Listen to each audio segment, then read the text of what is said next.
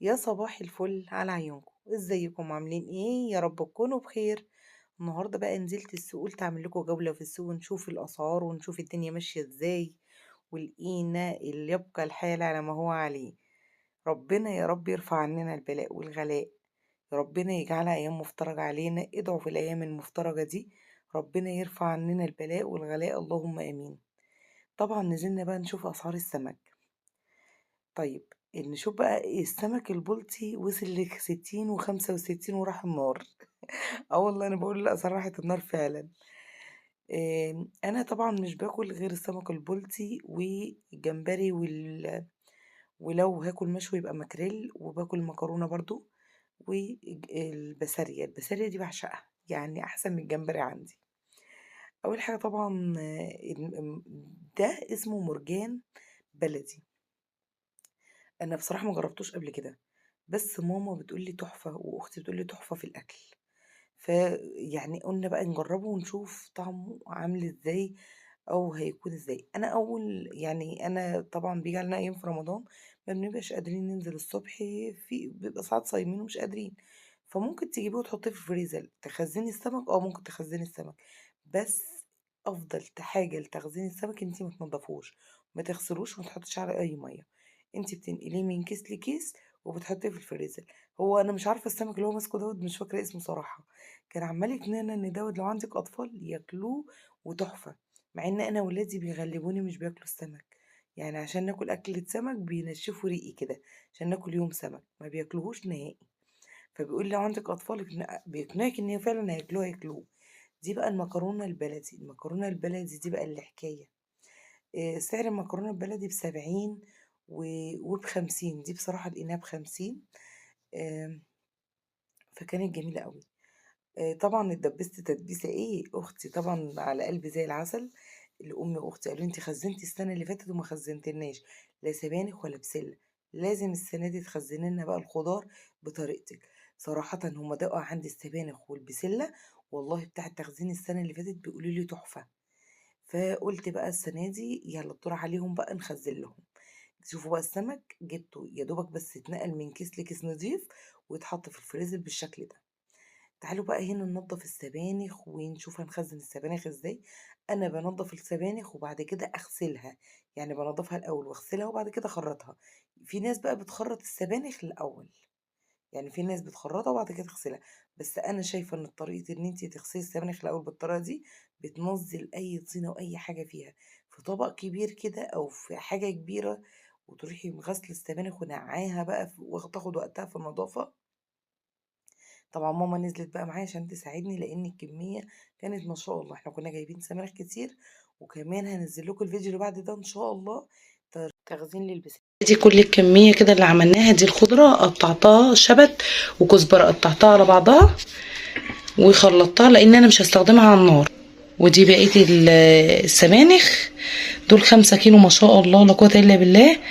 ودي كده بقيه السبانخ، هما كلهم 5 كيلو ما شاء الله. هرفع بقى الحله على النار وتعالوا نشوف هنعمل ايه. طبعا كده رفعنا الحلة على النار. حطيت، يعني حطيت الكمية بدل بعد ما مليت الحلة عشان أعرف أتحكم في الحلة وأقلب كويس. فنقصت منها حبة قليلين خالص. بس السبانخ لما بتقعدي تقلبي فيها شوفوا بتنزل، بصوا بتهبط معاكي تدريجيا، وتبصي تلاقي الكمية قلت معاكي. دول كان حوالي في الحلة حوالي 2 كيلو. بصوا بقى نزل بعد ما قلبتها، فضلت اقلب فيها كده لحد ما بدأت تخضر معايا قوي، يعني صفت المية اللي فيها خالص. هي دي بقى المادة الحافظة بتاعتها، المية بتاعتها. وهنشوف كمان هنحط عليها المادة اللي تحفظها من السنة للسنة. قلبي السبانخ بالشكل ده على النار لمدة 5 دقايق، بتبص تلاقيها دبلت معاكي كده. وتروحي نقليها على طول، نقلتها في الحلة نفس الحلة الكبيرة علشان اخد الكمية كلها في نفس الحلة دي. وهفضل اقلب فيها، يعني كل ما الكمية بتخلص بحط غيرها في نفس الحلة. هنا كان عندي صداع قاتلني، كنت عمالة اشرب شايفة قهوة لما دماغي راحت. بصوا بقى، حطيت بقى بقية الكمية كده، خلاص خلصنا السبانخ. وخلصت كده معايا الكمية كلها ال5 كيلو سبانخ. ما شاء الله كانوا دول 5 كيلو. معايا معلقة صغيرة بقى كده بتاعة الشاي، أحط فيها 5 معالق من السكر. لكل كيلو بياخد معلقة صغيرة سكر. كل كيلو سبانخ بياخد معلقة صغيرة من السكر. تمام. وهقلب السكر حلو قوي كده في السبانخ. يعني انا عاملة 5 كيلو، حطيت عليهم 5 معالق من السكر، معلقة الشاي الصغيرة. تمام. دي المادة الحافظة اللي بتحفظ لك السبانخ من السنة للسنة. بصوا بقى، انا جربتها والحاجة اللي بعملها عن تجربة وبكون واكلة منها وفعلا بتطلع تحفة، برفع لكم الفيديو مباشرة يعني، وبكرر لكم الحاجة. يعني انا كنت عاملاها السنة اللي فاتت وعملت برضو البسلة، والله العظيم عندي لهذا الآن منها، جميلة في منتهى الجمال. بس الكمية اللي انا خزنتها دي للأمانة مش ليا، يعني بألف هنا والشفا على قلبهم، ياكلوها في الهنا ان شاء الله. بصوا بقى، اقلب بقى الخضرة، احط الخضرة تدريجيا كده واقلب فيها. يعني انا احط الخضرة واقلب بقى ايه، خضرة بالسبانخ. انا كده قفلت النار، انا مش مولعة النار يعني. وبعد كده رحت حطاها في طبق كبير كده، وبعد كده قلبتها كلها.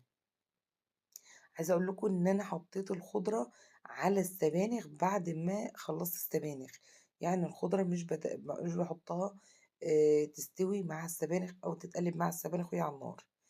عايزه بقى انتي تحطي الخضره في كيس لوحدها والسبانخ لوحدها، براحتك.